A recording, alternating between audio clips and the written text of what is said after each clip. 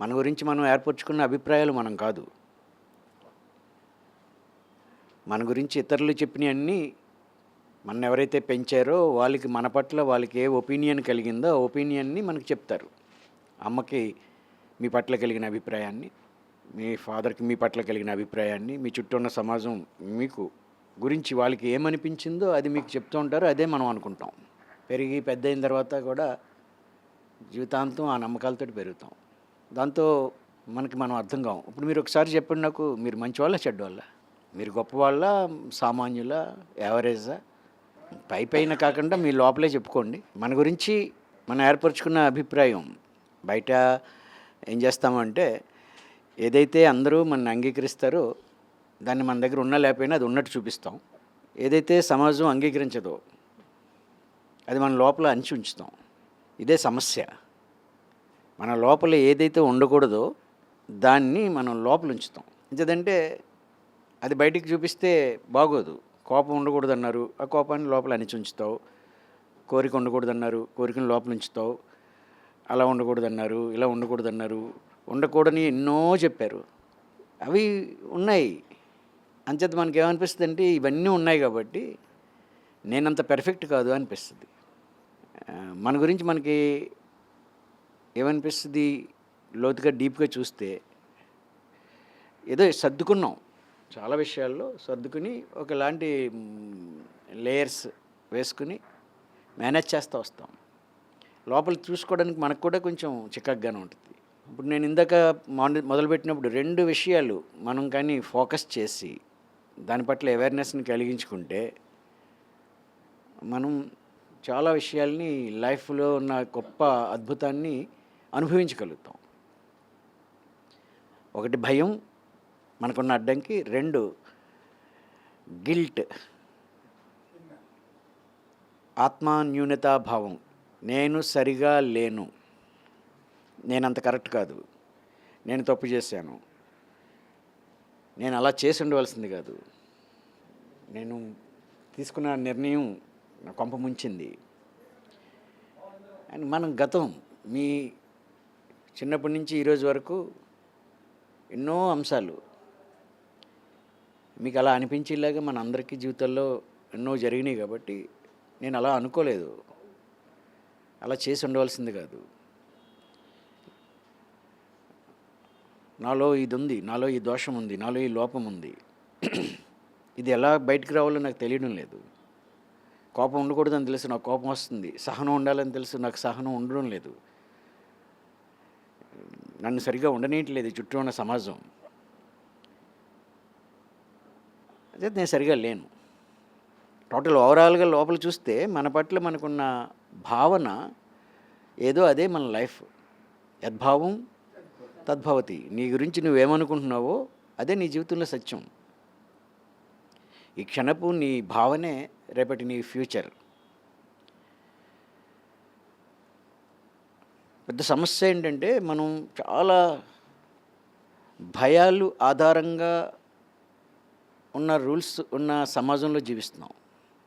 లో చైతన్యపు society, higher conscious society కాదు.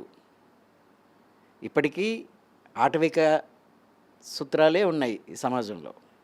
Might is right, బలవంతుడిదే రాజ్యం అనేది ఆటవిక ధర్మం. ఇప్పుడు అదే. అప్పుడు శారీరక బలం అయితే ఇప్పుడు అధికారమో డబ్బో, కరెన్సీ బేస్డ్ సొసైటీ. ఎవరైతే ధనవంతుడో, ఎవరి దగ్గర అయితే అధికారం ఉందో, ఎవరి దగ్గర అయితే పెత్తనం చేయగలుగుతారో అది ఆ సొసైటీలో ఉన్నాం. దానికి అనుకూలమైన సూత్రాలు. అంచేత మనకి కానీ మనం ఒక చైతన్యాలు, మనం నేచర్లో ఒక భాగం. నేచర్ లాసే మన లాస్, మన జీవితానికి సూత్రాలు. సమాజపు సూత్రాలు కాదు మన జీవితానికి. ఆధ్యాత్మికత అంటే నేచర్, సహజంగా ప్రకృతి ధర్మం ఏంటి, ప్రకృతి సూత్రాలు ఏంటి, అవే మన సూత్రాలు. ప్రకృతి సూత్రం ఏంటి?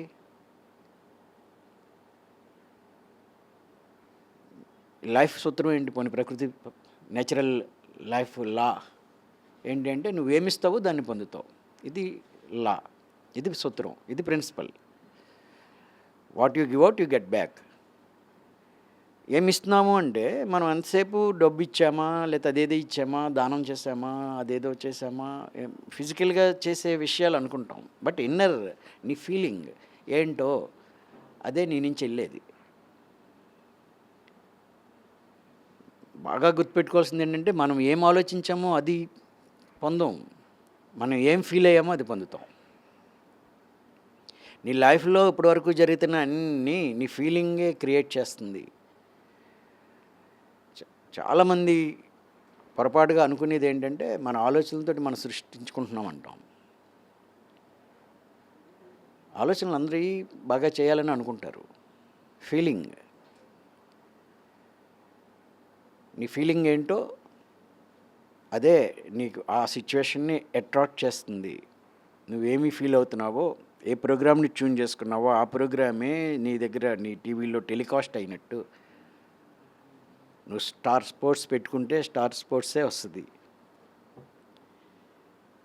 టీవీ9 పెట్టుకుంటే టీవీ9 ట్యూన్ చేసుకుంటే అదే ప్రోగ్రామ్ ఇక్కడ టెలికాస్ట్ అవుద్ది. ఇక్కడ ఇన్నర్ నీ ఫ్రీక్వెన్సీ ఏంటో, ఏ ఫీలింగ్ ఉందో దాన్ని మ్యాచ్ అయ్యే ఎక్స్పీరియన్సెస్సే నీ లైఫ్లో అట్రాక్ట్ అవుతాయి. అంటే నీ ఫీలింగ్ ఏదే అదే బయటికి వెళ్తుంది. అదే ఏ విత్తనాన్ని జల్లావో ఆ ఫలమే వస్తుంది. మనం ముళ్ళ విత్తనాలు నాటితే పూలు రావు. భయంతో చేస్తే అది నెగిటివ్ ఎక్స్పీరియన్స్ వస్తుంది. గిల్ట్తో చేస్తే గిల్ట్ పైకి మాట్లాడతాం. చాలా పై పొరల్లో మనకి చాలా నేను బాగానే చేశాను, లేదా నేను బాగానే ఉన్నాను, నేను గొప్పవాడిని అని చూపించడానికి మనం ప్రయత్నాల్లో మనం కూడా అలా అనుకుంటూ ఉంటాం. బయట వాళ్ళకి చూపించాలి, అందరి అంగీకారం పొందాలి అనే బేసిక్ నీడ్ మన అందరికీ అనుకుంటాం. కూడు గుడ్డ నీరు అంటారు అందరూ. అది కాదు అసలు సమాజంలో ఉన్నది. మన చుట్టూ ఉన్న సమాజం మనల్ని అంగీకరించాలి, వాళ్ళందరి యాక్సెప్టెన్స్ పొందాలి అనే ఒక భయంకరమైన గిల్ట్.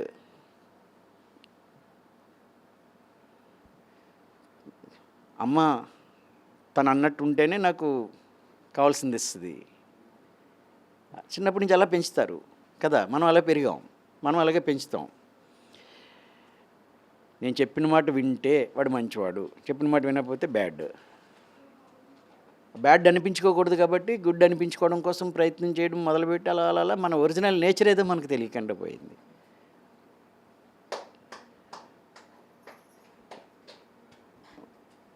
చాలా ప్యూర్గా ఉన్న అద్భుతమైన లైఫ్ని చుట్టూ ఉన్న వాళ్ళ ప్రోగ్రాము మన లైఫ్ని జీవిస్తుంది. ఆ బొమ్మరిల్లు సినిమాలో లాగా అది అంటాడు కదా బొమ్మరిల్లో, నా లైఫ్లో నేను లేను నాన్న, మొత్తం నువ్వే. ఏ కాయిన్ అయ్యాలో నువ్వే చెప్పు, ఏ బట్ట వేసుకోవాలో నువ్వే చెప్పు. సేమ్ ఇప్పుడు కూడా మనం చూసుకుంటే వెనక్కి అసలు ఇప్పటివరకు నేను వాళ్ళు మంచి ఉద్దేశంతో చెప్పారు. వాళ్ళు తప్పేం కాదు. మన చుట్టూ ఉన్న సమాజం వాళ్ళకి ఏదైతే నమ్మారో, వాళ్ళు ఏదైతే బాగుంటుంది అనుకున్నారో, నా బిడ్డ బాగుండాలి, నా శిష్యుడు బాగుండాలి, లేకపోతే నా సమాజం బాగుండాలి అనే చెప్పారు. వాళ్ళ ఉద్దేశం మంచిదే అయి ఉండొచ్చు. బట్ నువ్వేది కాదో అది చెప్పారు, నువ్వేదో అది ఎవరు చెప్పలేదు. పెద్ద సమస్య ఏంటంటే ప్రతివాడు నువ్వు ఇలా అవ్వాలని, నువ్వు కాంతి ఎదుగా అవ్వాలన్నారు. నువ్వు గులాబీవి కానీ నువ్వు తామర పువ్వులా ఉండాలి, ఇంకా పెద్దది అవ్వాలి, ముళ్ళు ఉండకూడదు అన్నారు కానీ నువ్వు గులాబీవి. చేస్తుంది అంటే బాగా గుర్తుపెట్టుకోండి, ఒక గొప్ప మానసిక విప్లవం,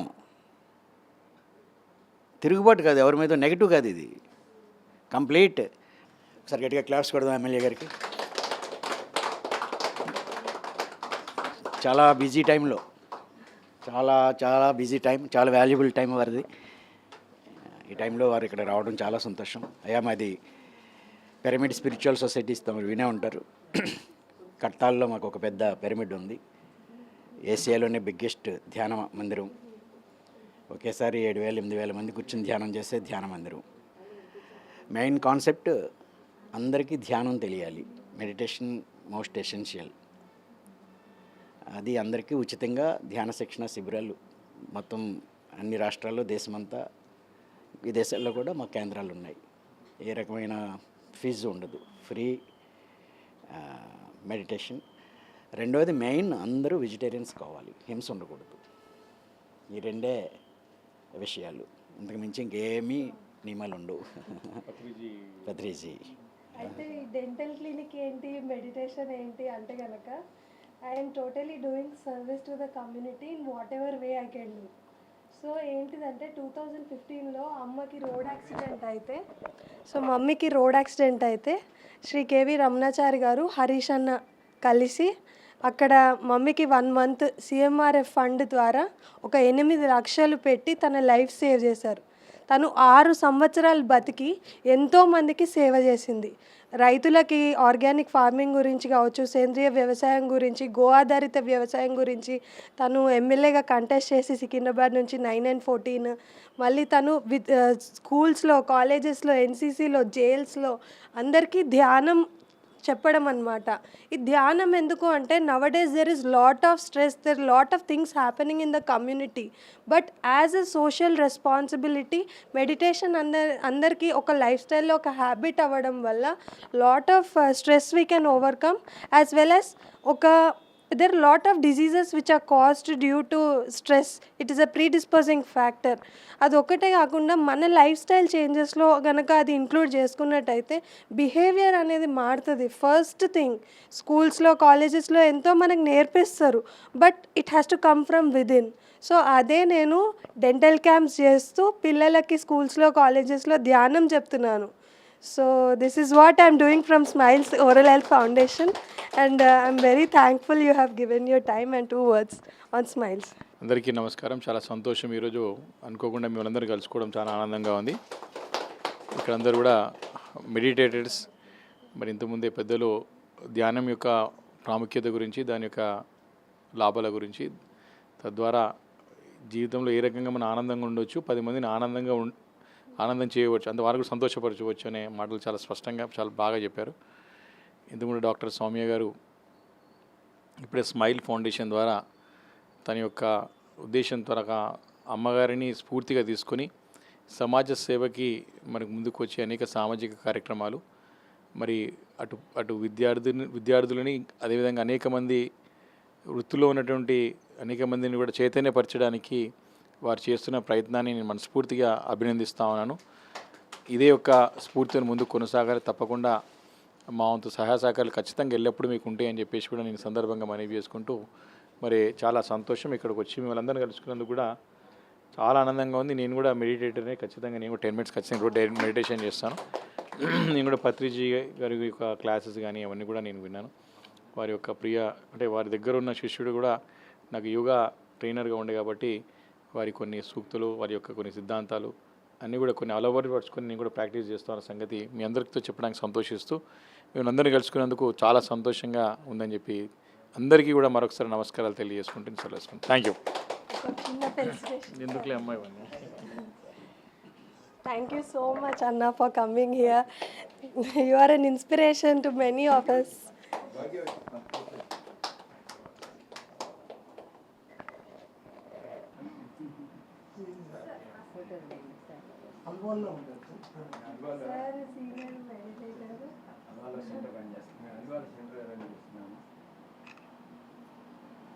ఈరోజు క్లాస్ మెయిన్ ఎసెన్స్ ఏంటంటే 2 విషయాల మీద మనం ఫోకస్ చేయగలిగితే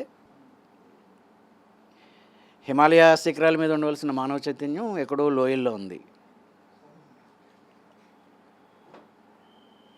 ఈ భూమి మీద ఒక స్వర్గాన్ని సృష్టించాలి మనం. ఈ భూమి ఒక స్వర్గంలో ఉండాలి. అసలు నరకం అనేది ఎలా ఉంటుందో తెలియదు, కానీ ఇది చూస్తే నరకమే. దాన్ని సృష్టించడంలో సక్సెస్ అయ్యాం. సెకండ్కి 255 జీవుల్ని చంపు తినేస్తున్నాం. సెకండ్కి 255, నిమిషానికి 15,300 జీవుల్ని దారుణంగా హింసించి కేవలం 4 చాపల్యం కోసం చంపు తినేస్తున్నాం.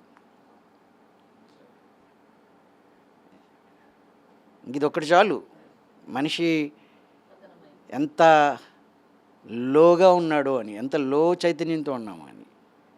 ఇది ఒకవేళ తప్పు కాకపోతే ఈ భూమి మీద ఇంక అసలు ఏది తప్పు కాదు. మనిషి ఇంకొక జీవిని చంపుకు తినడం తప్పు కాకపోతే అసలు తప్పు అనేదే లేదు, ఏదైనా చేయొచ్చు. ఇంకా దురదృష్టం ఏంటంటే ఇంత నాగరికాలు అయ్యామని, ఇంత అడ్వాన్స్మెంట్ సైన్సు టెక్నాలజీ ఎక్కడో వెళ్ళగలుగుతున్నాం, వేరే గ్రహాలకు వెళ్ళగలుగుతున్నాం, ఇంత వేగంగా ప్రయాణం చేయగలుగుతున్నాం. అసలు కలలో కూడా ఊహించినంత అద్భుతమైన శాస్త్రీయ పరిజ్ఞానం అని అంటున్నా, అది అంత సంపాదించుకున్న మనం చైతన్యాన్ని పెంచడం మీద ఇంత విసర దృష్టి పెట్టుకోలేదు, అసలు పట్టించుకోలేదు. హ్యూమన్ అంటే హ్యూమనిటీ, మానవుడు అంటే మానవత్వం. ఇది ఇప్పుడు సపోజ్ ఒక చెట్టు ఉంది, మామిడి చెట్టు ఉంది. ఆ మామిడి చెట్టుకి వచ్చే ఫలం మామిడితనం ఉండాలి. మామిడి చెట్టుకి మామిడితనం ఉండాలా, లేదా వేపతనం ఉండాలా? ఒక పులి ఉంది, పులి దాంట్లో క్రూరత్వం ఉండాలా, లేకపోతే ఏది ఉంటుందా? దానికి ఒరిజినల్ నేచర్ అది క్రూర జంతువు, క్రూరత్వం ఉండాలి. అది సాధు జంతువు, అది సాధుతనం ఉండాలి. మనిషి మానవత్వం ఉండాలి. మానవత్వం అంటే ఈ పని ఎందుకు చేస్తాడు? మానవత్వం అంటే అర్థం ఏంటి? కరుణ కదా ఉండాలి. కరుణ లేకపోతే మానవత్వం ఏమవుతుంది? కరుణ ఎవరి పట్ల కరుణ? నిస్సహాయంగా నోరు లేకుండా ఉంటే ఆ కోడిని పొద్దుట ఇందాక వస్తుంటే ఎవరిది బల్కంపేటలో వాడు చదువుకున్నోళ్ళే ఉన్నాడు, ఒక 25-30 ఇయర్స్ ఉంటాయి. కోడిని పట్టుకుని వెళ్తున్నాడు, మా ప్యాంట్ షర్ట్ చక్కగా ఉన్నాడు. వాడు మొక్కుకున్నారనమాట, గుడికి పట్టుకెళ్తున్నాడు. సిగ్గుపడడం లేదు. వాడే కాదు, అసలు ఒక విషయం తెలిస్తే ఇలాగ ఎందుకు చేస్తాం? మనం వాటిని ఏడిపిస్తా ఇంత ఘోరం చేస్తుంటే మనం మానవ సమాజం ఎలాగా బాగుంటుంది? వాటికి ఎంత ఘోరంగా నిస్సహాయంగా ఉంది, అది నోరు లేదు దానికి, ఆ చేపకి, కోడికి, మేకకి. అంచేది మన ఇష్టం వచ్చినట్టు దాన్ని చంపేసి మన ఇష్టం వచ్చినట్టు వాడేసి ఎలా చేస్తా మనం ప్రగతి సాధించాలంటే ఎలా అవుతుంది? ఇది ఇవాళ చాలా భయంకరమైన శాపం. ఆ శాపం ఫలితమే ఈరోజు మనం అనుభవిస్తున్నాం. ఈరోజు మనిషి దుఃఖానికి కారణం తను కాదు, తను చేసిన పని. తను ఇవన్నీ ఇప్పుడు అనుకుంటున్నారు చూసారా, ఇలా ఉండకూడదు, అలా ఉండకూడదు, అది ఉండకూడదు, ఇది ఉండకూడదు అని ఏవో చెప్పిన ఈ రూల్స్ కాదు. మనిషికి చెప్పవలసిన రూల్, బేసిక్ ఫండమెంటల్ రూల్, ఇంకో జీవిని చంపి తినడం అనేది మనిషి చేసే పని కాదు అనేది ప్రతి మనిషి పక్కవాడికి చెప్పాలి. మనిషిని మనిషిలో తయారు చేసుకోవాలి. మనిషిని మనిషికిని తయారు చేయకంటే మనిషిని రాక్షసుడిగా తయారు చేసి ఇది తప్పు అది తప్పు అంటారు. ఎవడో చిన్న 10 రూపాయలు తీసుకుని తిరిగి అప్పు చెల్లించలేదని కొట్టేస్తున్నాడు. అది చూసి మనం అందరం తెరబడిపోతున్నాం. ఒక మనిషి ఏదో చిన్నవాడికి ఆకలేసి ఏదో దొంగతనం చేస్తే దొంగ వీడని ముద్రేస్తాము, అందరూ వెళ్ళి కొట్టేస్తారు. మరి దాంట్లో చంపేస్తుంటే మనం అనుకుంటున్నాం సమస్య మాట్లాడుతున్నాం అందరం. సొల్యూషన్లో మనం భాగం అవ్వాలి. ఎవరికైతే తెలుసో వాళ్ళు సమస్యని పరిష్కరించడంలో, ఆ పరిష్కారంలో మన భాగం తీసుకోవాలి. భాగం తీసుకోలేద్దా? మనకు తెలుసు ఇది సమస్య అని, ఇది తప్పు, ఇది సమస్య. సమస్య గురించి మాట్లాడుకుని వాళ్ళు వీళ్ళు తప్పు చేశారు, చిచ్చి ఘోరంగా ఉంది, సమాజం బాగోలేదు, అలా అది కాదు. మనం ఏం చేయాలో అది చేయాలి. ఇది మన బాధ్యత. ఒక అడవి తగలబడుతుంది. నేను ర్యాలీ చేసేటప్పుడు ఒక ఆయన చెప్పాడు నాకు ఇది. నేను బాధపడతా ఉంటే, బాధపడడం అంటే ఊరికే మనం ర్యాలీలు, శాఖాహారులు కండని మీటింగులు ఇలాంటి క్లాసులు పెట్టి ఆ క్లాస్కి వచ్చిన 10 మందికో 50 మందికో 100 మందికో చెప్పి వాళ్ళు ఆల్రెడీ శాఖాహారులే, ఊరికే వాళ్ళ దగ్గర మనం చెప్పేసుకుని, లేకపోతే మేము శాఖాహారం జిందాబాద్ అని తిరిగేసి ఇవన్నీ చేస్తుంటే ఏంటి ప్రయోజనం? ఏం మార్పు వచ్చేస్తుంది? ఊరికే మనం నినాదాలు ఇచ్చి అరిస్తే ఏం మారలేదు. ఇంతమంది తినేస్తున్నారు, ఇంత ఘోరంగా ఉంది అని నేను బాధపడుతుంటే ఈ ర్యాలీ నేను ఒక 40 days చేస్తున్నాను. గుంటూరు వచ్చాను, అంతా తిరుగుతా 20 జిల్లాలు. ఆ గుంటూరు వచ్చినప్పుడు గుంటూరులో ఒక జైన్ ఫ్రెండ్ ఒక ఆయన కలిశారు, ఆయిందర్ అన్న. నాకు చాలా బాధగా ఉంది, ఊరికే పేపర్లో టీవీల్లో గొప్పగా చేస్తున్నారు అని. అది తప్ప ప్రయోజనం నాకేం కనబడడం లేదు. అది నేనేదో పొందడానికి చేసినట్టుంది, కానీ నేను చేసిన పని వల్ల అక్కడ మార్పు ఏమీ కనబడడం లేదు. ఇది ఇలా సరిపోదు. అసలు ఈ మనిషినే లేకుండా చేస్తే బాగుంటుంది అనిపిస్తుంది. ఈ ర్యాలీలు చేసే కంటే అసలు మనిషిని భూమి మీద లేకుండా చేస్తే బాగుంటుందా అనిపిస్తుంది నాకు. ఆ, అని ఉరక నాకు అనిపించింది ఉరక. నేను ఆయనతో అంటే ఆయన అంత బ్యూటిఫుల్లీ చెప్పారంటే, ఆయన అన్నారు, ఒక అడవి తగలబడుతుంది, అంటుకుంటుంది. అడవి తగలబడుతుంటే దాన్ని కార్చిచ్చు అంటారు. కార్చిచ్చు. వేల ఎకరాలు, లక్షల ఎకరాలు అడవి అంటుకుపోతుంటే దాన్ని ఆర్పడానికి ప్రభుత్వాలు హెలికాప్టర్ల నుంచి మట్టిని, నీటిని చల్లుతా దాన్ని ఆర్పడానికి అనేక ప్రయత్నాలు చేస్తారు. ఎన్ని చేసినా ఆరడం లేదు. ప్రయత్నం చేస్తున్నారు. అడవి తగలబడుతుంది. ఒక పిచ్చికొచ్చి నీళ్ళు పోస్తుంది. ఒక పిచ్చికొచ్చి అంటుకుంటున్న దాంట్లో నీళ్ళు పోస్తుంటే మిగిలిన చూసి అన్నాయి, ఏం పిచ్చి నువ్వెంత ఉన్నావు, నీ నోరెంత, నువ్వు తెచ్చి నీరెంత, ఇంత పెద్ద ప్రయత్నం చేస్తుంటేనే అడవి ఆరడం లేదు, నువ్వు చేసి ఈ పని వల్ల అడవి ఏంటి పిచ్చి పని అంటే, ఆ పిచ్చికి అందట, నేను చేసే పని వల్ల అడవి ఆరుతుందో లేదో తెలియదు కానీ అడవి తగలబడుతున్న సమయంలో నేనేం చేయాలో అది చేయడం నా బాధ్యత. నేనేం చేయగలను అది చేయాలి. ఈ టైంలో నేను ఏం చేయగలను అది చేయాలి. నా కెపాసిటీ ఇది. నాకు ఇంతే నోరు ఉంది, నేను అదే ఇవ్వగలను. నేను మొత్తం ప్రపంచాన్ని లేదా మొత్తం భూమి మీద ఏ మనిషిని మాంసం తినకంటే ఆపలేకపోవచ్చు.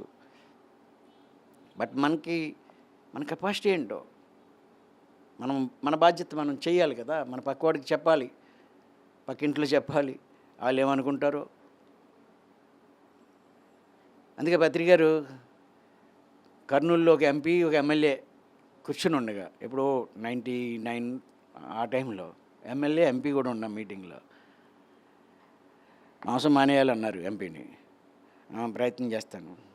ఎమ్మెల్యేని, మాంసం తింటావా? తింటాను. మానేస్తాను చెప్పు అంటున్నాడండి. అంటే ఇదిగో మీరు మాంసాలు తింటే ఇలాంటి ఎదవల్ని ఎన్నుకోవాల్సి వస్తుంది. ఒక జీవినే కాపాడలేనివాడు మిమ్మల్ని ఏం కాపాడతాడు వీడు అన్నారంట ఒక ఎమ్మెల్యేని, ఎంపీని. ఫ్యాక్షన్ ఏరియాలో వీళ్ళు వెళ్ళిపోతుంటే సారు వెళ్తున్నారు కూడా, మన వివి రమణ గారు అని ఆయన ఉన్నారు, ఎవరో ఉన్నారు, ఇద్దరు ముగ్గురు ఉంటారు మనకి. ఒక చిన్న పాత జీప్ ఏదో వెళ్తున్నారు. రాయి అని కొన్ని కార్లు వచ్చినాయి. వీళ్ళు లోపల వెళ్ళిపోతున్నారు, వీళ్ళు ఏదో చేస్తారని. ఎమ్మెల్యే మనుషులు దిగారు, వచ్చారు పత్రిక గారి దగ్గరికి. ఏంటి సంగతి, నువ్వు మా ఎమ్మెల్యేని ఎలా అన్నావు, ఏడాడు అన్నారు. ఎమ్మెల్యే వచ్చాడు. అటు కళ్ళలో చూస్తా, నువ్వు దోగులుబాజీవి, నువ్వు పనికిరానివాడివి అంటే వీళ్ళకి అడ్లు భయపడుతున్నారు. కానీ ఏదో పవర్ వాడ కళ్ళలకు చూసి ఎలా అంటే మరి ఏమైందో తెలియదు. వాడు కాముగా వెళ్ళి కారు ఎక్కేసాడు, వెళ్ళిపోయాడు. ఏమీ కాలే. సత్యం చెప్పడానికి ఆయన ఎప్పుడు జడలేదు. ఆడ ఎమ్మెల్యే అయినా, ఆడ ఎంపీ అయినా, అప్పటి మాజీ ముఖ్యమంత్రి, తెలుగు రాష్ట్రాలు గుమ్మడ చేసిన ఆయన చంద్రబాబు నాయుడు గారి దగ్గరికి వెళ్ళినప్పుడు ఆయన ఏదో ఇంకో సంస్థలో జనం ఎక్కువ ఉంటారంటే, నీకు సత్యం కావాలా సంఖ్య కావాలా అన్నారు. నీకు సత్యం కావాలా సంఖ్య కావాలా? పలానా దగ్గర ఎక్కువ మంది ఉంటారు అంటే సంఖ్య పెంచుకోవడానికి కాదు ఇది. అలా అని మనం ఎదుటి వాళ్ళని గాయపరచడానికి కాదు. అవేర్నెస్ కల్పించే బాధ్యత మనందరికీ ఉంది. ఈ ప్రక్రియలన్నీ చేస్తే ఒక ఎత్తు అయితే, ఈ ఒక్క పని చేయడం అనేది మన బాధ్యత. ఇవన్నీ మనం పొందడం కోసం ధ్యానం చేయడం, ఇవన్నీ తెలుసుకోవడం, జ్ఞానం పొందడం, ఎంలైటన్మెంట్ అవడం అనేది ఇది మన హక్కు. అది చేస్తున్నాం. కానీ ఇది బాధ్యత, ఇది ధర్మం. ఇంకో జీవిని చంపి తినొద్దని చెప్పవలసిన బాధ్యత. ఎలా చెప్తే బాగుంటుందో అందరూ ఒక స్టైల్లో చెప్పలేం కదా. ఎలా చెప్తే నా పక్కవాడు మారుతాడు, నా పక్కింటివాడు, నా ఎదురింటివాడు, నా ఇంట్లో వాడు, నా ఊరు వాడు, నాకు తెలిసినవాడు, నా బంధువు, నా స్నేహితుడు, ప్రతి వాడిని ఎలా చెప్తే బాగుంటుందో అలా చెప్పి మనం అవేర్నెస్ కల్పించాలి. ఒక 2 సంవత్సరాలు కూడా లేదేమో టైం. అది పరిస్థితి. ఆ పని చేయాలి. ఎంతలే మీరే చేయాలి. మీ పెద్దవాళ్ళు చెప్తే వీళ్ళు తినేసి ఇప్పుడు చెప్తున్నారు అనుకుంటారు. మేము చెప్తే వీళ్ళు ఇన్నాళ్ళు తిన్నారు, జీవితాన్ని అంతా ఎంజాయ్ చేశారు. మా కజిన్ ఎవరు అంటున్నాడు, నువ్వు ఇన్నాళ్ళు తిని ఎంజాయ్ చేసావు, పిల్లల్ని ఎంజాయ్ చేయని అన్నాడు. ఎంజాయ్ కదరా, అది నరకం. నేను చేసిన నరకం పని అని తెలిసాక నా పిల్లల్ని ఎలా తినేస్తాను, ఎలా ఎలా చెప్తాం, ఎలా పెడతాం? అది బుద్ధి లేనితనమో ఏంటో తెలియదు. ఆ పని చేసాము. ఆ పరిహారం అది అది జరగకూడదు. ఇంకా ఒక్క సెకండ్కి 255. ఇది అఫీషియల్ స్టాటిస్టిక్స్, నోటికొచ్చినవి కాదు. ఇన్ని లక్షలాటిని చంపేస్తా మనిషి తను బాగోవడం కోసం అని ఏ ప్రయత్నాలు చేస్తే బాగుంటాడు? మనం ఏమిస్తామో అది పొందుతాం కదా. ఇంత హింసిస్తుంటే మనం హింస కాకపోతే ఏం పొందుతాం? నేచర్ ఎలాగ యాక్సెప్ట్ చేస్తుంది? డైనోసార్స్ అన్నిటిని తినేస్తుంటే మొత్తం దాన్ని లేకుండా చేస్తుంది. ఇవాళ మనిషి అన్నిటిని తినేస్తుంటే ఎలా? ఇప్పుడు వచ్చేటప్పుడు మేము మాట్లాడుకుంటూ వస్తున్నాం. అసలు ఏమి ఇచ్చాం మన నెక్స్ట్ తరానికి? మన ఫెయిల్యూర్ ఇది. ఒక భయంకరమైన సొసైటీని ఇచ్చాం. ఇది మన ఫెయిల్యూర్. మనం ఒక గార్డెన్ని పెంచాము అంటే పువ్వులు పూయలేదు. మనం పెంచిన గార్డెన్ అంతా చండాలం అయింది. ఇప్పుడు ఈవేళ సొసైటీ ఇలా ఉందంటే మనం మన మొత్తం టోటల్ ఫెయిల్యూర్. ఆ పిల్లలకి మనవాళ్ళకి మనం ఏమి ఇచ్చాం? ఏం చేస్తాం? ఈ నేచర్ అంతటిని డిస్ట్రక్ట్ చేసుకుపోయి వాటర్ లేదు, చెట్లు లేవు. ఒక 5-10 సంవత్సరాల తర్వాత ఏంటి ఇక్కడ? ఏమి తాగుతారు? ఏమి నీరు ఉంటుంది మన తర్వాత వాళ్ళకి? మన వరకు ఓకే, పోనీ ఇప్పుడు అయిపోయినా ప్రాబ్లం లేదు. 50-60 దాటిన వాళ్ళకి పెద్ద ఇబ్బంది లేదనుకుంటాం. కానీ ఆ పిల్లలు, వాళ్ళ పిల్లలు, మా పాప మ్యారేజ్ చేస్తున్నప్పుడు కరెక్ట్ చేస్తున్న పని తప్ప రైటా? తినక పిల్లలు పుడితే ఆ పిల్లల పరిస్థితి ఏంటి? నేను అలా నెగిటివ్గా ఆలోచిస్తున్నాను కదా. అసలు ఏమి ఏర్పాటు చేసి వెళ్తున్నాం? వాళ్ళు పీల్చడానికి గాలి లేదు, వాళ్ళు తాగడానికి నీరు లేదు, ఉండదు. ఎక్కడొస్తుంది నీరు? ఒక నది లేదు. 11 లక్షల ఎకరాల అడవిని నరికేస్తున్నారు ఏడాదికి. 11 లక్షల ఎకరాలు, 100-200 సంవత్సరాల వయసున్న చెట్లని విశేషం లేకుండా నరికి పారేస్తున్నారు. ఎప్పుడు పెరుగుతాయి? ఒకవేళ వేస్తే, ఒకవేళ అందరూ ప్రభుత్వాలు కళ్ళు తెరిచి విపరీతంగా మొక్కలు నాటేయడం మొదలు పెడితే ఇవన్నీ ఎప్పుడు పెరుగుతాయి? నరికేస్తున్నారు రోజు. అయితే ఇక్కడ మనం ఏం చేయాలి మరి? ఎన్ని చూస్తే అమ్మో ఘోరంగా ఉంది అని అనుకోవడం కాదు. మనం ఏం చేయాలో డెఫినెట్గా మనకు ఉండాలి. అందుకని మనం టేకప్ చేయాలా. అవకాశం ఉన్న వాళ్ళందరూ ముందు ఆ హింస ఆగే పని చేయాలి. అందుకే మనం ఒక మహా ఉద్యమం చేసేది. పిరమిడ్ స్పిరిచువల్ సొసైటీ పొందడం కోసం రాలేదు. పిరమిడ్ స్పిరిచువల్ సొసైటీ ఇవ్వడం కోసం వచ్చింది, బాధ్యతను చేయడం కోసం వచ్చింది. సరే, ఎప్పుడో నేను పత్రి గారిని అడిగాను, నేను వచ్చి 20 ఏళ్ళు అయింది, నా నెక్స్ట్ స్టేట్ ఏంటి అంటే, నాయన నువ్వేదో మనం ఏదో చేయడానికి కాదురా బాబు, మనం ప్రపంచాన్ని చేరాలి. మనకి ఒక మనిషి దగ్గర ఒక నిమిషం కూడా ఆగడానికి టైం లేదు. నువ్వు నేను కూర్చుని ఎన్లైటన్ అవ్వడం కోసం ఏదో చేసుకుంటా కూర్చోవడం కాదు. అదే జరుగుతూనే ఉంటుంది. కానీ మనం ప్రపంచం దగ్గరికి వెళ్ళాలి. ప్రపంచాన్ని చేరడం కోసం వచ్చాం. ఒక మనిషి దగ్గర ఒక నిమిషం కూడా ఆగడానికి మనకి టైం లేదు. అందరి దగ్గరికి వెళ్ళాలి. ఏం చెప్పాలి? అందరి దగ్గరికి వెళ్ళి ఏం చేయాలి? చెప్పాలి. ఓకేనా? అందరం కలిసి చెప్దాం. ఆగస్టు 11వ తారీఖున ఒక 92 రోజులు పాదయాత్ర పెట్టాం. ఇంటింటి ధర్మ ప్రచార యాత్ర. ఆగస్టు 11 బయలుదేరుతాం. ఎలక్షన్లు అయిపోతాయి, కొంచెం అలబడతాయి. ప్రకృతి వ్యాలీలో బయలుదేరుతాం. 1500 గ్రామాలు, ప్రతి ఇంటికి వెళ్తాం. ఇంటికి వెళ్ళి పిలుస్తాం, అయ్యా నమస్కారం, మేము పిరమిడ్ స్పిరిచువల్ సొసైటీ నుంచి వచ్చాం. నేనుంటాను, నాకు కూడా 4 ఉంటారు, ఈయన కూడా 4 ఉంటారు, ఆయన ఆమె ప్రతి మనిషికి కూడా ఒక 4 జెండాలు పట్టుకుని ఉంటాం. ఒకరే మాట్లాడతారు. వెళ్ళి వాళ్ళు నమస్కారం అంటాం, పిలుస్తాం, బయటకు వస్తారు. రోజు లక్షల జీవుల్ని దారుణంగా చంపేస్తున్నారు, అతి ఘోరంగా చంపుతున్నారు. ఇది ఆపాలా వద్దా? స్ట్రైట్గా ఇదే ప్రశ్న నేను అడిగాను. అందుకే చెప్తున్నాను. రోజు లక్షల జీవుల్ని అతి ఘోరంగా చంపుతున్నారు, హింసించి చంపుతున్నారు. ఇది ఆపాలా వద్దా? స్ట్రైట్ ప్రశ్న. తలుపు కొట్టి తీయగానే అడిగితే వాడు చూశాడు, అర్థమయిన తర్వాత ఆపాలి అంటాడు కదా. ఆపాలి. మీరు మేము కలిస్తే ఆపగలం. ఇది ఆపుదాం. ఈ ఘోరం జరగడానికి వీరలేదు. ఇది ఆపాలి. మీరు మాలాగా రోడ్డు మీద రావక్కర్లేదు. మీరు ఈ పని చేయండి. ఈ రోజు నుంచి మీ ఇంట్లో మానేయండి. దయచేసి మీరు ఆ రక్త మాంసాలు తినడం మానేయండి అని దండం పెట్టి అడిగేవాళ్ళం. అడిగితే ఇంచుమించు మనుషులే కాబట్టి ఎక్కడో దగ్గర మానవత్వం ఉంటుంది కాబట్టి వాడు ఎస్ అనే అంటాడు. 10 మందిలో 5 6 నాకు ప్రామిస్ చేయండి అనేవాడిని. చాలామంది వచ్చి ప్రామిస్ చేసేవారు అదే పని చేద్దామని. అదే పని రోజు చేయాలి, రోజు కుదరట్లేదు అందరికీ.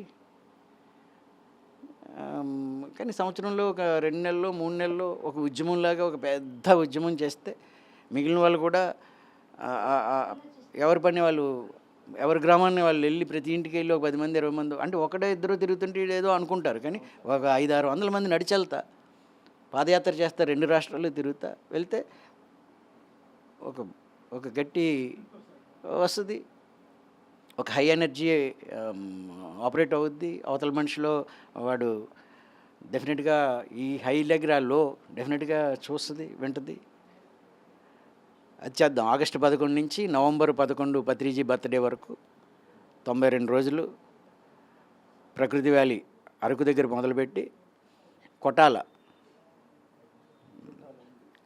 చిత్తూరు జిల్లాలో అక్కడ ముగింపు పెడతాం. ఈ లోపల టచ్ అయ్యే అన్ని గ్రామాలు ఎక్కువ గ్రామాలు టచ్ అయ్యేలాగా పాదయాత్రే.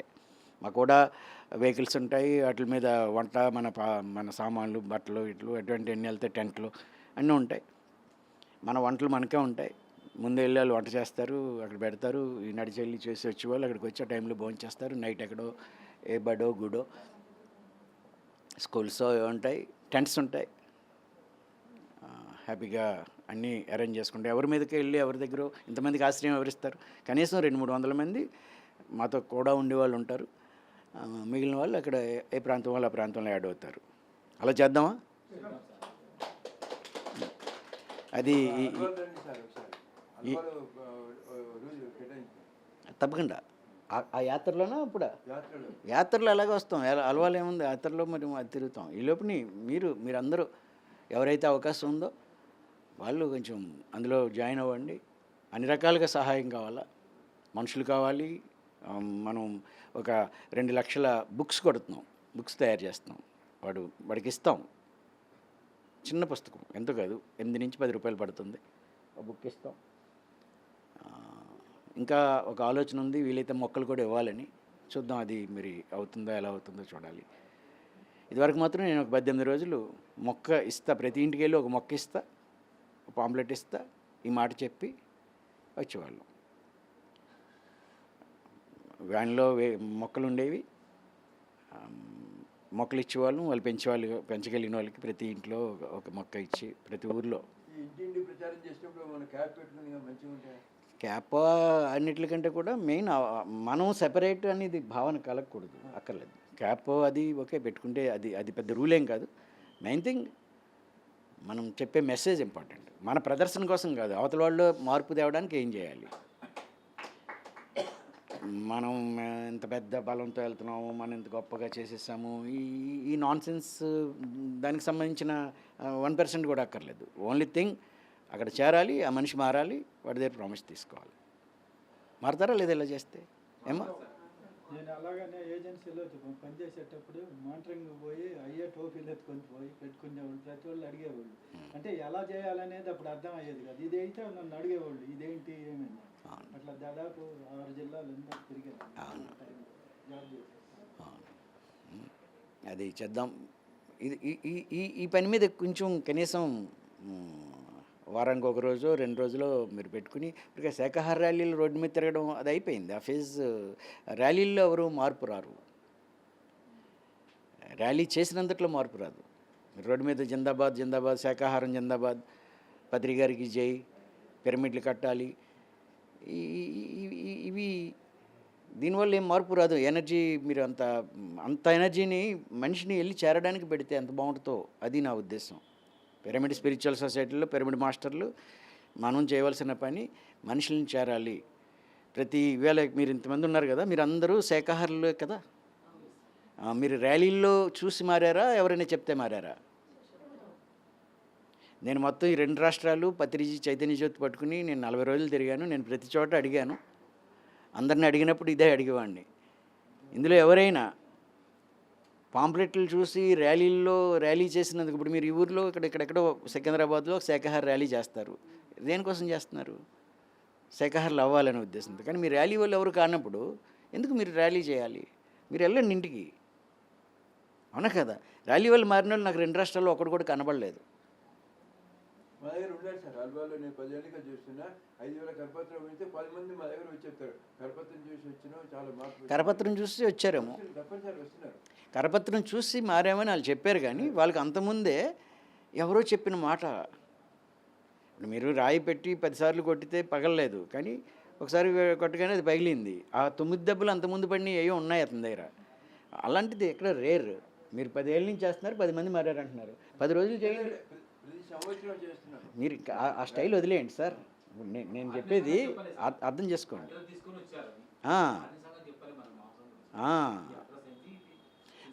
పాంప్లెట్ చూసి నేను 2 లక్షల పేపర్లు పంచాను. నాకు ఏదో 10 ఫోన్లు వచ్చినంతట్లో పెద్ద మార్పు చేసామని కాదు, కానీ ఇంటికి వెళ్ళి మాట్లాడితే 18 రోజులు నేను చేసినప్పుడు నేను చెప్తున్నాను, ఒక 1000 మందిని కలిశాను, మాట్లాడాను. ఒక 600-700 మంది నాకు ప్రామిస్ చేశారు, ప్రమాణం చేయించుకున్నాం. మారుతారు కదా, వాళ్ళేం బలవంతం పెట్టి కాదు మాట్లాడే విధానం. ఊరికే మేమేదో గొప్పవాళ్ళం, మీరు రాక్షసులు, అదేమి ఇక్కడ కాదు. ఊరికి చెప్పే విధానం మనకు చెప్పాలి. జరుగుతున్న అన్యాయం వాటి గురించి మాట్లాడడానికి వెళ్ళాం, మన గురించి కాదు. ఆరోగ్యానికి మంచిది ఇలాంటి అవి చెప్పడం కాదు. శాఖాహార ర్యాలీ ఏం చేస్తారు? శాఖాహారం అని ఏదో వెజిటబుల్స్ అమ్మునట్టు. మనం వెజిటబుల్స్ ప్రమోషన్కి వెళ్తున్నామా? మనం తీసుకోవడం కోసమా, వాటి కోసమా? మనకి ఏది మంచిదో చేయడం కోసమా, వాటికి ఏది జరుగుతుందో అన్యాయం చెప్పడం కోసమా? వాటికి జరుగుతున్న అన్యాయం గురించి చెప్పడానికి వెళ్ళాలి. మీరందరూ ఇంతమంది ఉన్నాం కదా, మీ అందరికీ ఆరోగ్యం గురించి అందరికీ తెలుసు కదా. మీరందరూ పాలు వాడతారు కదా. ఏ పాలు? ప్యాకెట్ పాలు వాడచ్చా? తెలుసు, మనకు తెలుసు. ఏం కుదరదు కదా అని తింటున్నాం, అయిపోయింది. వైట్ రైస్, ఎరువులు పెరుగుల మందులు వాడిన రైసు వాడకూడదని తెలుసు, ఇంకా తెప్పించి తింటున్నాం, అయిపోయింది. షుగర్ అన్నికంటే భయంకరం అని తెలుసు, నాకు తెలుసు, మీకు తెలుసు. కాఫీ టీ అలవాటు తింటాము. మన ఆరోగ్యం గురించి మనకి పెద్ద ఊరికే ఎవరు చెప్తే తింటాం? మంత్రి సత్యనారాయణ గారు 20 ఏళ్ళ నుంచి చెప్తున్నాడు, విను. లేకపోతే అలాంటి వాళ్ళు బోలు మంది చెప్తున్నారు, విను. మనకి తెలుసు, విను. మన గురించి మనకేం శ్రద్ధ లేదు. మనం సామూహిక ఆత్మహత్య చేసుకోవడానికి రెడీగా ఉన్నవాళ్ళం. మన మీద మనకు ప్రేమ లేదు, మన లైఫ్ మీద మనకేమీ పెద్ద రెస్పెక్ట్ లేదు. అంచేది మనకి దగ్గరికి వెళ్ళి మన ఊరికి మీ ఆరోగ్యాన్ని మంచిది తినండి, మీ ఆరోగ్యం మంచిది అని మీరు చెప్తే ఎవడింటాడు? ఎందుకు అది సోది? కానీ అట్లా జరుగుతున్న అన్యాయం ఇది వాటి పట్ల జరుగుతున్న అమానుషం, ఘోరం.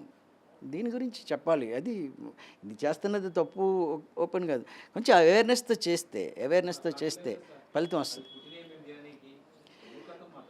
మురుకులు అని చెప్పాలి వాళ్ళకి. తిట్టిని వాడు ఎలకల నాడు తింటున్నాడా, కుక్కల నాడు తింటున్నాడా?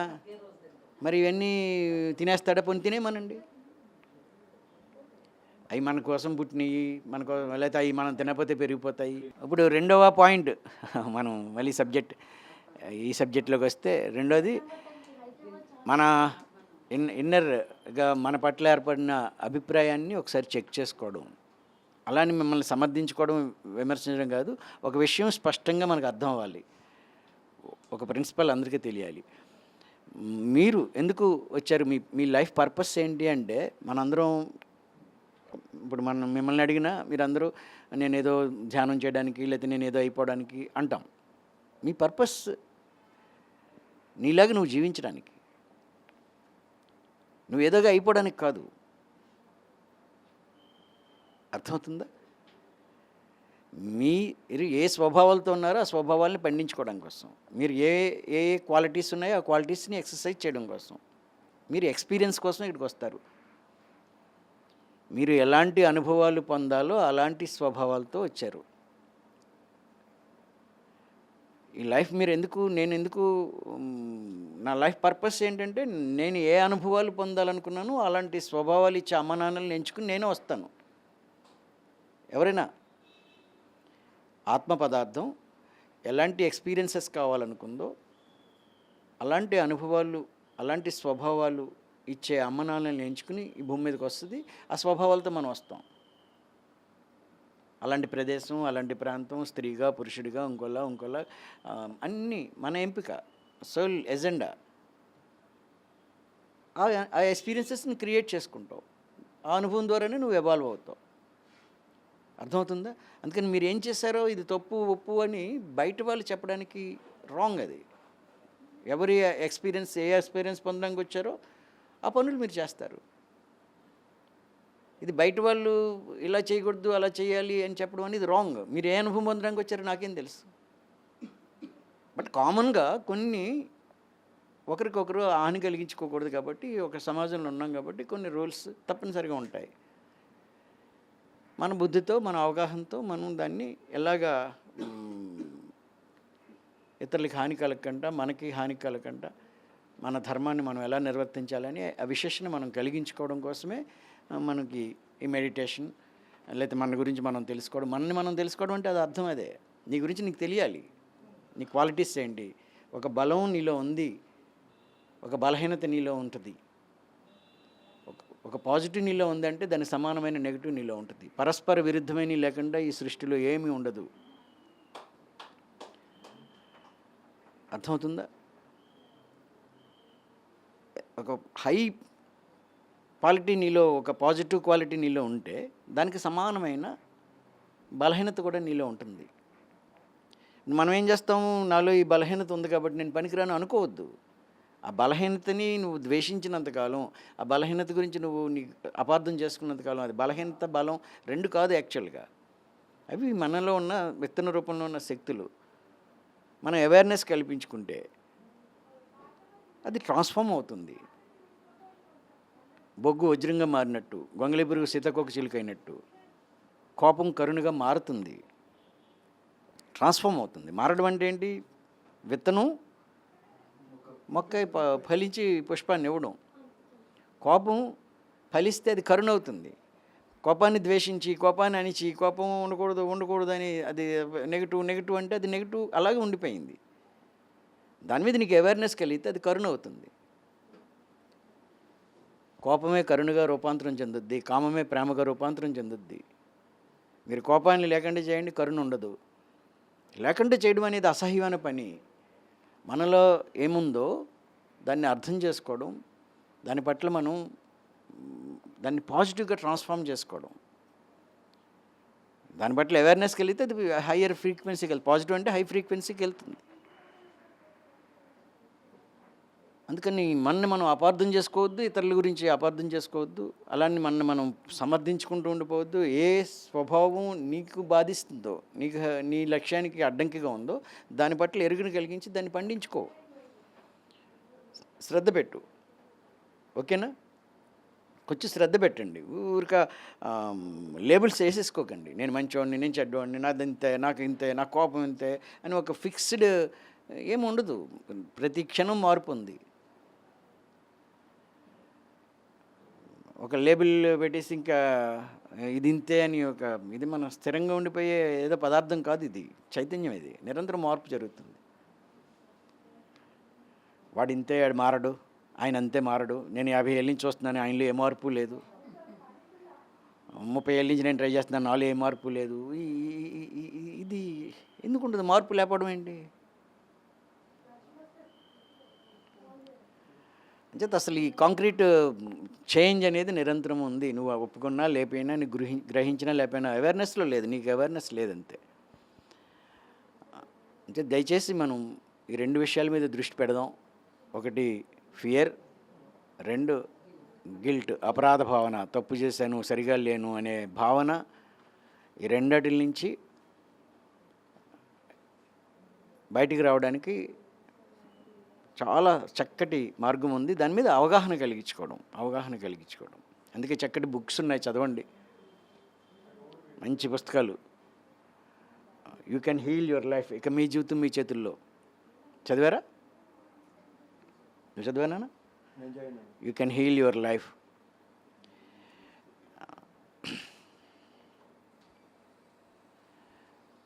ఆధ్యాత్మిక గ్రంథాలు లేకపోతే ఇలాంటి స్పిరిచువల్ క్లాసులు కానీ ఇంకోటి కానీ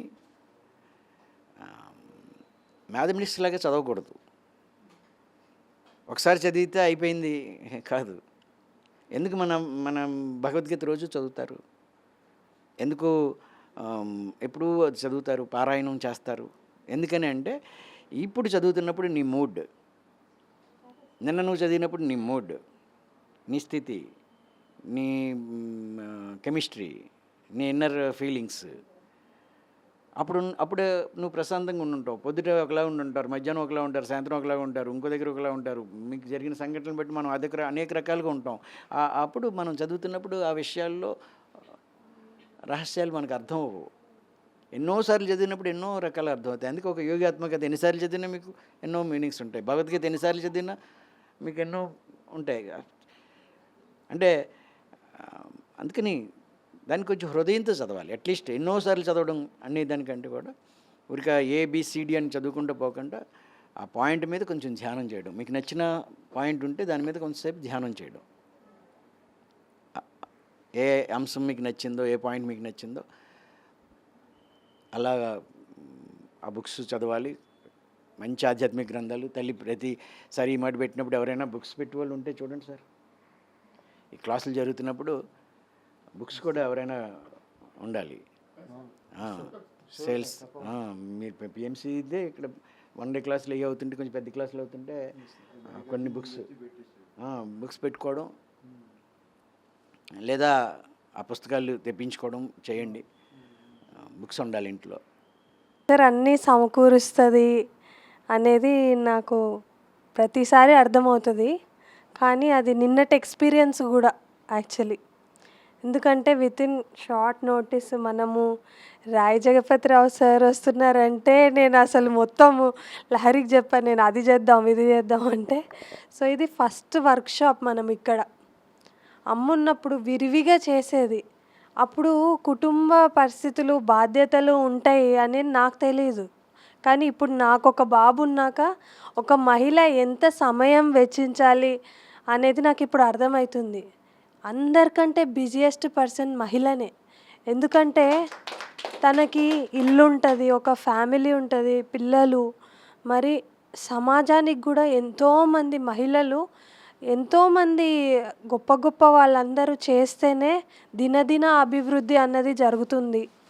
మరి ఈ దినదిన అభివృద్ధి ఎలా జరుగుతుంది అంటే ఒక్కొక్క బొట్టు ఎట్లయితే సముద్రం అవుతుందో మనం చేసే ప్రతి కార్యక్రమము, అంటే అది చిన్నదా పెద్దదా, ఒక్కొక్క చుక్క అట్లా ఎంతోమందికి ఈ జ్ఞానము అనేది అందాలి. తనకి చాలా తపన మా అమ్మకి చెప్పాలి. మనలాగా ఎంతోమంది ఫేస్ చేస్తుంటారు కదా బేటా, వాళ్ళందరికీ చెప్పాలి. సేవ అన్నది సత్యము, సారు చెప్తున్నారు. సో ఇందులో గొప్పతనం ఉంటేనే కదా సారు చెప్తారు అనేసి చేతిలో రూపాయి ఉండేది కాదు అప్పట్లో. డాడీ ఎప్పుడైనా ఒక 500 ఇస్తే బస్సుకు పోను, మిగతా డబ్బులతోని కూరగాయలు పండ్లు తీసుకెళ్ళి అక్కడ మన గోశాల దగ్గర వాళ్ళ అందరికీ పంచి పెట్టేది.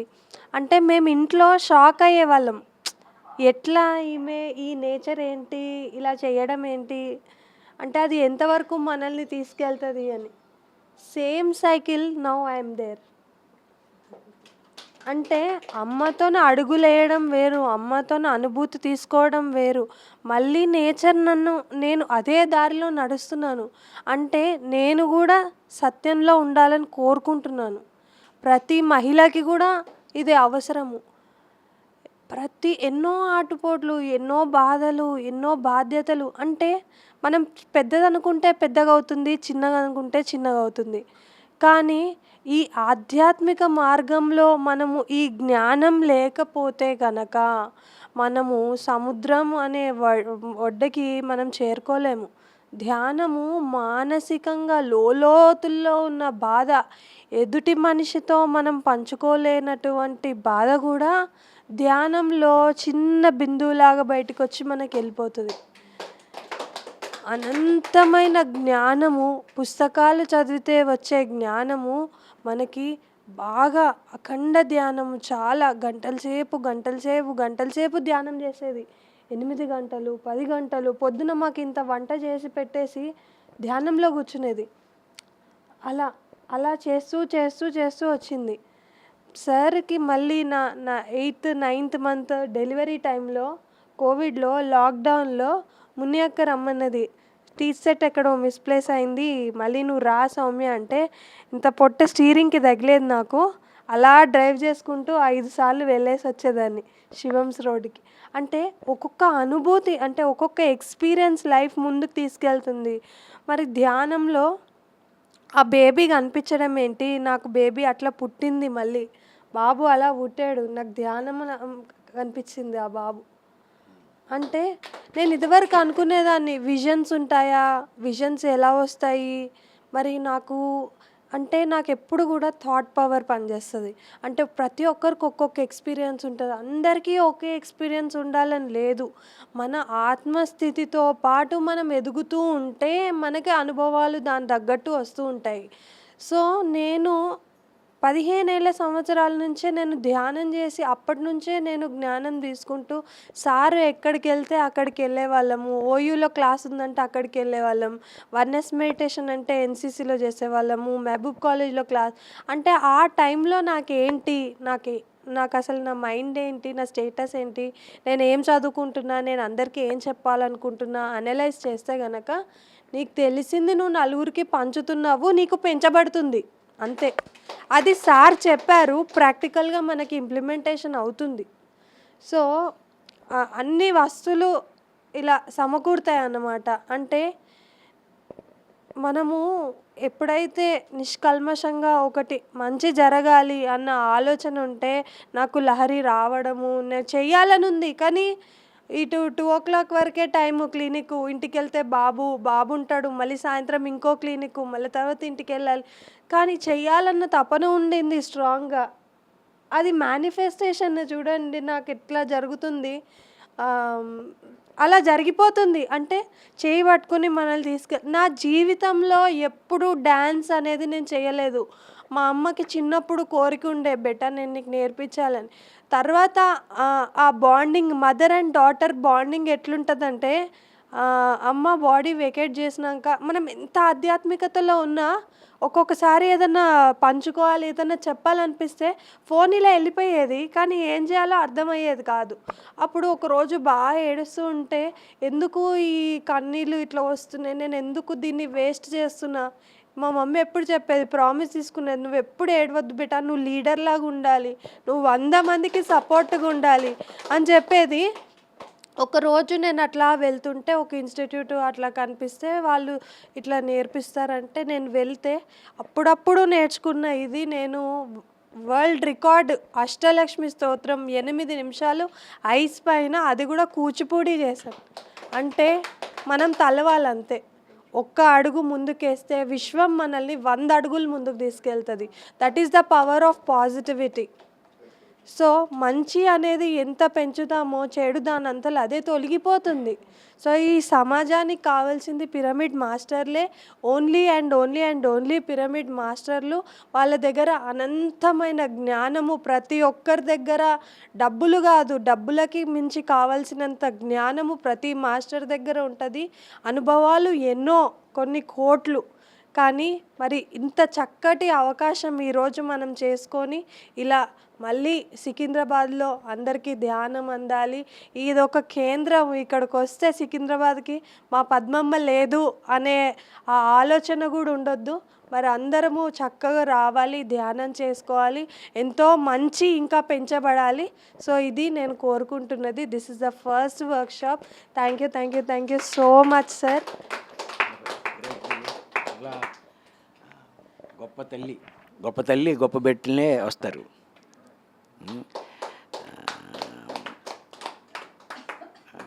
ఒక డాక్టర్, నువ్వు love medicine and miracles book చదువు, doctor Bernie S Siegel, love medicine and miracles, అది చదువు తల్లి. వీళ్ళు డాక్టరే చెప్పాలా. గోశాల రన్ చేయడం, 3 క్లినిక్లు రన్ చేయడం, మదర్ ఇచ్చిన సీడ్స్ని ఎక్సర్సైజ్ చేయడం, బిడ్డను పెంచడం, గృహిణిగా ధర్మం నిర్వర్తించడం, రియల్లీ ఇంకెంతకంటే వండరే ఉంటుంది. గ్రేట్. ఆ ఇన్స్పిరేషన్ అందరూ ఇలా ఇలా ఉండాలి. పిరమిడ్ మాస్టర్లు అంటే అంతే.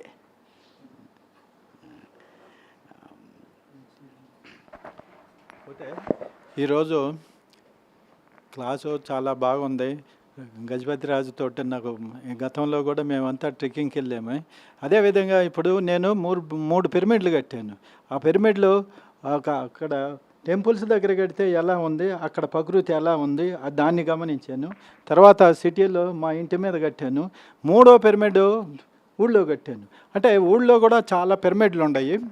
ఆ పిరమిడ్లో అక్కడ లేనిది మన దగ్గరే ఉందన్నమాట. ఇప్పుడు సార్ చెప్పాడు చూడండి, అదే గోశాల ఉంది, పండ్ల తోటలు ఉన్నాయి అన్నమాట, డైరీలు ఉన్నాయి. వాటి మధ్యలో నాకు ఒక ఐడియా వచ్చింది. ఏమన్నా కానీ ఎప్పుడో పత్రి సార్ ఒంగోలు వచ్చినప్పుడు అడుగుతానే ఉంటాను. అక్కడ ఫస్ట్లోనే కట్టాలనే నాకు అభిప్రాయం ఉంది. ఆ అభిప్రాయం అది అక్కడ కడితే బాగుంటుంది.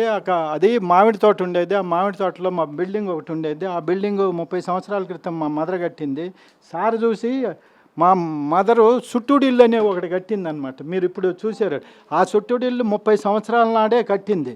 నేను అమ్మ ఇదేంది అంతా పెట్టా 30,000 పెట్టి ఆ సుట్టుడిల్లు కట్టకపోతే ఏంటంటే, ఆ సుట్టుడిల్లు ఉంటే మొత్తానికి ఏమైనా డిఫెక్ట్స్ ఉంటే అవన్నీ క్లీన్ అవుతాయి అంట. మనం ధ్యానం చేస్తే ఎలా క్లీన్ అవుతాయో దానికి పైనే ఈరోజు పిరమిడ్ నిర్మించాను.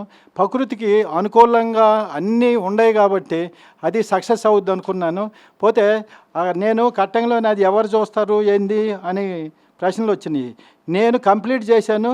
నా దగ్గర శ్రీశైలంలో మా ఆఫీస్లో ఒక అతను పనిచేస్తుంటే అతను ఒంగోలుకు ట్రాన్స్ఫర్ అయ్యాడు. అతను ధ్యానం చెబుతాడు, ధ్యాన ప్రచారం చేస్తాడు. అతను ఇమీడియట్గా వచ్చాడు, అతను హ్యాండ్ ఓవర్ చేశాను. తర్వాత అట్లనే మనం ఏదైనా ఒక సద్భావంతో చేస్తే అది చాలా డెవలప్ అవుద్ది.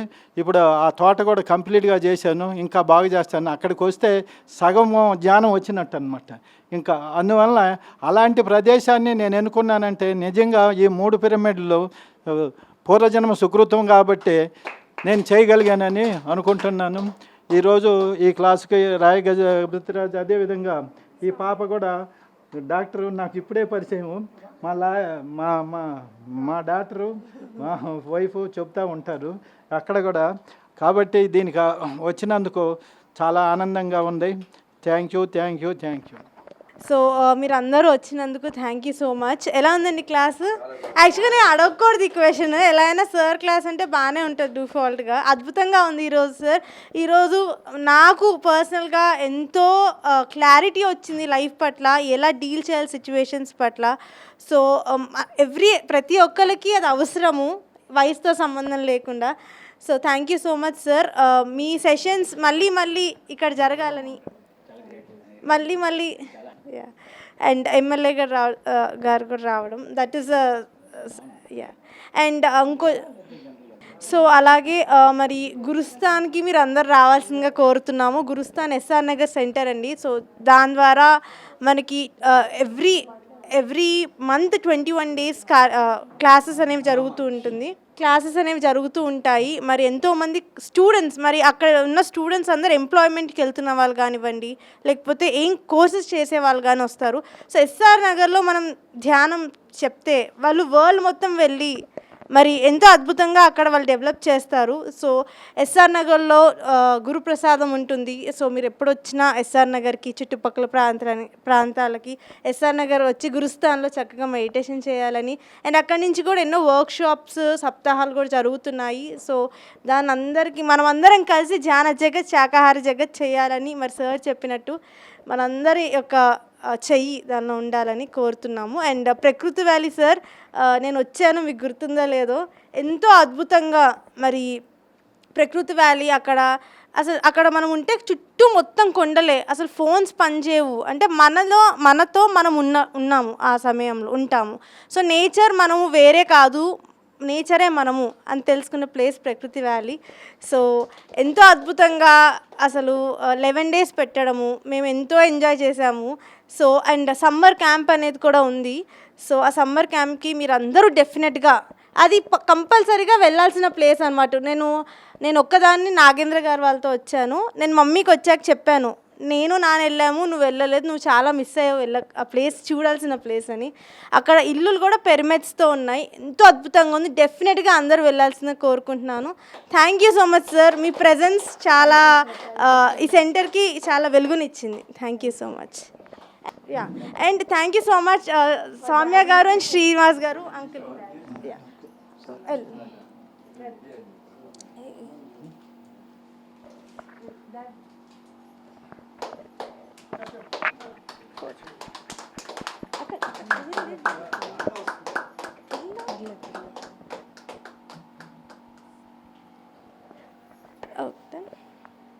ఒక్క నిమిషం.